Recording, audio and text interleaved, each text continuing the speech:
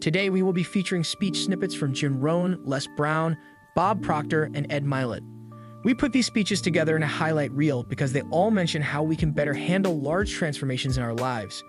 These speeches taught me to envision a plan and then put that plan into action. We hope that these speeches help you get clarity about your purpose in life. In the coming year, it is time for us to make more responsible decisions about our future. It's time to begin building your legacy in this world. And now, here is Jim Rohn.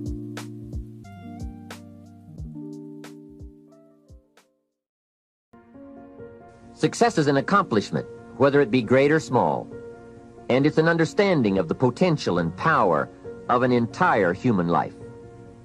Success is an awareness of value, and it's the cultivation of value through discipline. It can be tangible or intangible. Success is a process of turning away from something in order to turn toward something else. From no exercise to exercise, from candy to fruit, from not investing to investing. Success is responding to an invitation to change, to grow, to develop, to become, to move up to a better place with a better vantage point. But most of all, success is making your life what you want it to be, considering all the possibilities, considering all the examples. What do you want for your life? That is the big question. Remember, success is not a set of standards from our culture, but rather a collection of personal values, clearly defined and ultimately achieved. I learned the law of sowing and reaping. And in the law of sowing and reaping is also the story of the law of averages. Jot this down. The story of the sower comes from the Bible. I'm an amateur on the Bible, but this is such a useful story. Here's what the story says. And take the notes because the drama's in the details. The sower was ambitious. Evidently he was ambitious. When you read the whole story, you'll conclude, yes, this was an ambitious sower. Here was number 2. He had excellent seed. The sower who sowed the seed had excellent seed. And the excellent seed could be an excellent opportunity, an excellent product, an excellent story. So we've got an ambitious sower with excellent seed. But now here's the rest of the details of the story. For your information, for the drama of your life, so you can understand things better. Learning some of this is how I got rich by age 31. Okay. Number 1, it says the sower goes out to sow the seed, but the first part of the seed falls by the wayside and the birds get it. So jot this down. The birds are going to get some of the seed. The birds are going to get some of the seed. Now you say, well, Mr. Rohn, what does that mean? Well, I invite John to come to a meeting. He said he'd be there Tuesday night. Tuesday night I show up, John isn't there. I say, John, I wonder why John didn't make it. Now I know the answer. The birds. The birds. John had this great idea of coming to the meeting to look at an opportunity, and somebody stole it and said, you're not going to go see network marketing. And he says, well, maybe not. So have you jotted that down now? The birds are going to get some. Now, when the birds get some, you've got 2 options. Number 1 is to chase birds. And say, well, let me get a hold of the person that talked him out of coming to the meeting. I'll tear him a new page. But I wouldn't do this. Here's what happens if you go chasing birds. You leave the field. If you go chasing birds now, you leave the field, which is going to distract from your future, not add.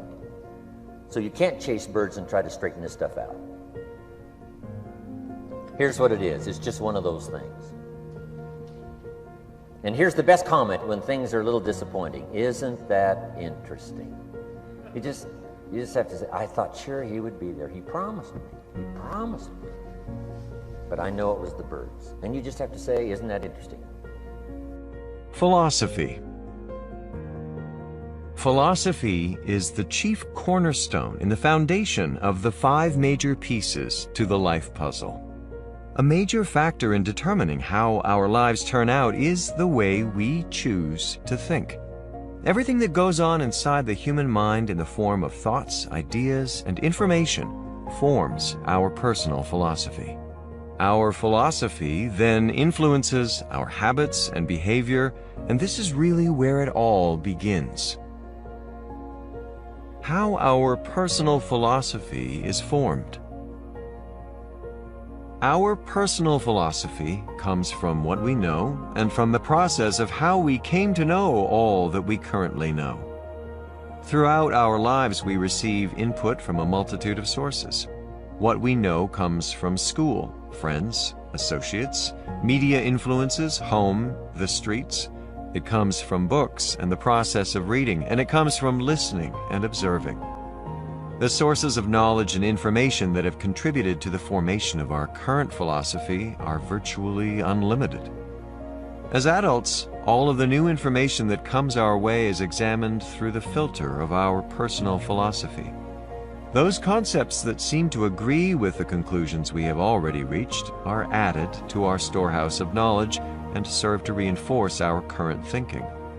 Those ideas that seem to contradict our beliefs are usually quickly rejected. We are constantly in the process of checking our pre-existing beliefs for accuracy or confirmation in the light of new information.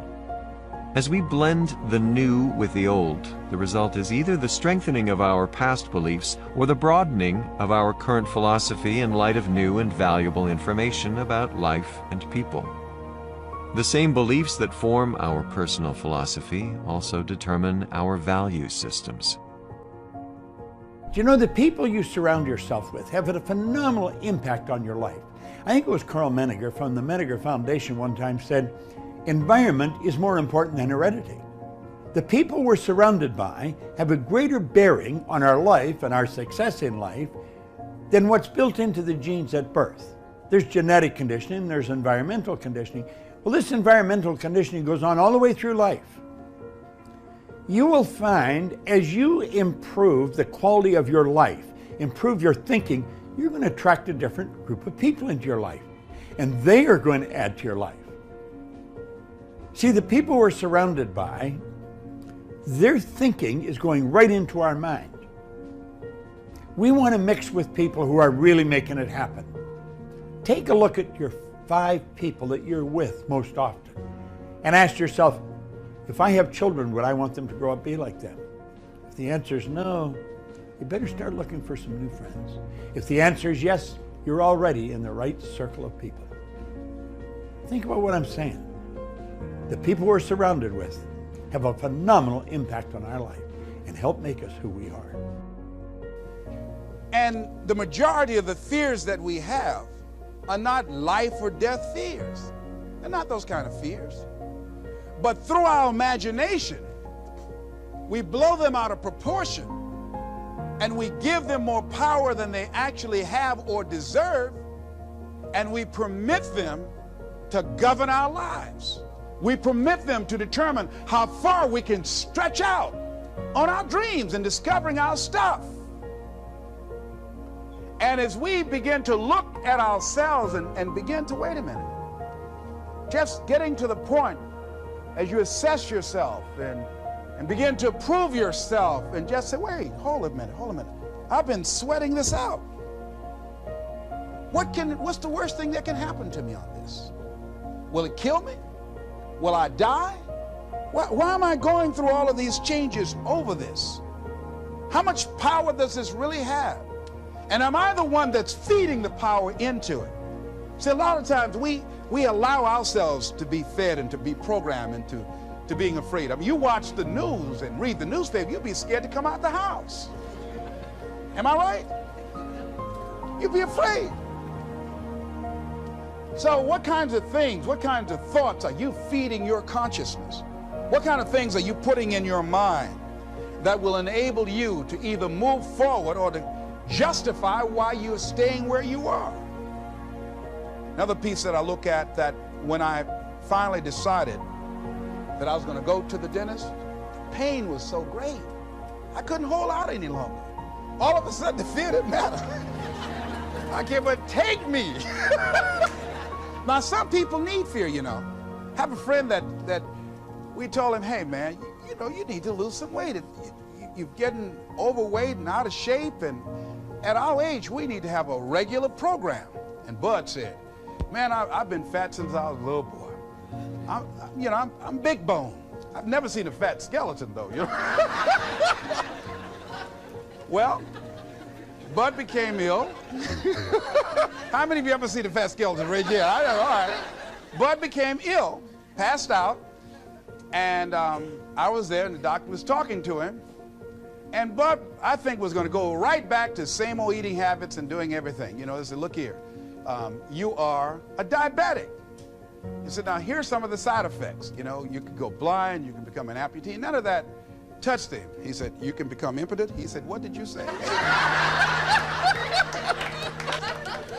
Bud has lost weight. He exercises every day. He's into body sculpturing. 48 years young. He looks great. I can't believe it. But just that one statement made all the difference in the world. Bud is a new man today. So what is it that has to happen to you? Some people don't take corrective measures to improve their health until they get a pronouncement that they're about to die. Then they start, okay, all right, I'm ready to do whatever you want me to do. But they won't do that. They can see people dropping off like flies around them. Well, that's them. You got to go from something. We go through life really blocking ourselves constantly.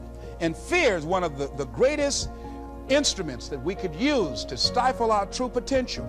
When you begin to look at your life, you can decide to use fear as a blocker, or you can decide to use it as building blocks. That you decide, hey, look here, I'm going to move in this direction. I'm not going to allow anything to stop me from doing what I want to do. Shake somebody's hand on your right and left and say, I'm unstoppable. Persuasion in anything. So if you want to persuade your children, if you want to persuade someone to take a look at your faith, if you want to persuade someone in business, if you want to persuade someone to help you in anything or help them in anything, it's real simple for me. Monster belief. And so you can't transfer to me that which you're not experiencing yourself, right? So you can't give me that. People are always trying to come up with a magic word, the magic close, the magic this. And there are words you should and shouldn't use in persuasion, no question about it, right? There are words that are more effective than other words, and clearly to be successful in any business, you need to know what those words are in your business. But the best persuaders, the best motivators, the best speakers, the best physicians, the best school teachers, the best parents are incredible persuaders. And what they do is they come from a monster place of conviction and belief that they can transfer you to, because people respond to energy much more than they do words. They respond to what they feel, not what they hear and see. Hear and see are real low-level influencers. Energy, spirit, transfer of energy is what people respond to. And so I'm cognizant all the time of getting in a state of total belief and certainty about what it is that I'm going to represent or speak on, if I'm speaking on stage about a particular topic, and then transferring that energy into people. And that seems generic or hokey, but it's actually what great persuaders do. In fact, if you're listening to this, you think of anybody that you know who's incredibly persuasive. They may have great words, they probably do, but it's something you feel from them, right? And that's the difference between a great doctor and a so-so doctor. Great doctor says, here's the prescription, you're out of here. Another one, is this going to work or not? Right. I don't know. Another one, you leave there feeling that you're going to be healed, feeling you're in good hands. You feel their certainty, you feel their confidence. Same when you hear a speaker, if you're buying real estate from somebody. But it's not just buying things, it's a great pastor in a church. A great person, if you do TM, who's taught you TM, it's their certainty, it's the energy you feel. And so for me, it's always getting to, I have to really believe what I'm saying. I have to really feel it to transfer to.